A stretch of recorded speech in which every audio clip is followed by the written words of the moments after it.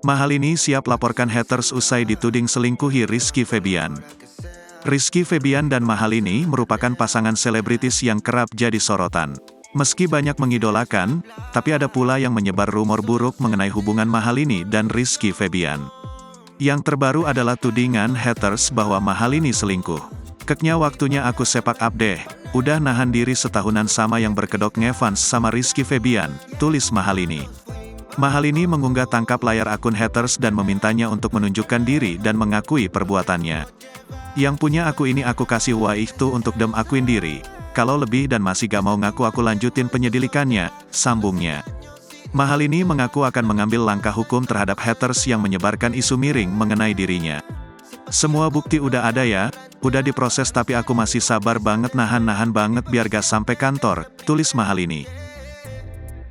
Ya fue mucho tiempo desde aquella vez.